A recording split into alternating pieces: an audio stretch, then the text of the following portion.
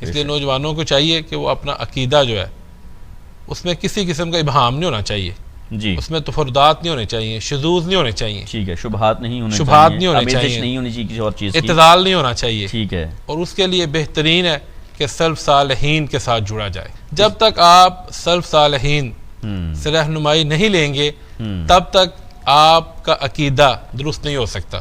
ایسے اور فی زمانہ آپ دیکھتے ہیں ہمارے ہاں ایسے جو نام نہاد اسکالرز ہیں جنہوں نے سلف صالحین کے راستے کو چھوڑا، جی، اور انہوں نے کہا کہ ہم نے خود ہی پڑھ رہے ہیں، ہم خود ہی سیکھ رہے ہیں، ہاں جی، اور ان کی اس وجہ سے کتنے ایسے نوجوان ہیں جو ڈی ٹریک ہو چکے ہیں۔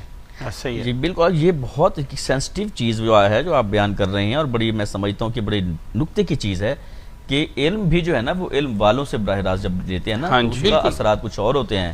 اب ایسے بندہ ہی ہے۔ سمجھتا ہے کہ یہ ٹیوٹورلز پڑے ہوئے ہیں جناب، اور وہاں پہ انٹرنیٹ پہ جو ہے نا وہ سارا مواد پڑا ہوا ہے، وہاں سے آپ نے صحیح بخاری کا ترجمہ لے لیں، وہاں صحیح مسلم کا لے لیں، وہاں سے قرآن ترجمے کے ساتھ پڑھ لیں۔ بہت ساری ایسی چیزیں ہوتی ہیں جو فزیکل کلاس پہ بیٹھ کے جیسے ماشاء اللہ شیخ صاحب پڑھاتے ہیں، جی جی، تو ایک ایک آیت کی جب تفسیر پڑھاتے ہیں وہ ساتھ ساتھ اس کی امثلہ، اس کے استعارے، اس کی تمثیلات اور اس کے ساتھ بندشیں لیکن ساری ایک چیزیں وہ اور بیان بات کر رہے ہے ہوتے ہیں۔ جو انڈرسٹینڈنگ مستند علماء کی ہے وہ انڈرسٹینڈنگ عام نوجوان کی نہیں ہو سکتی۔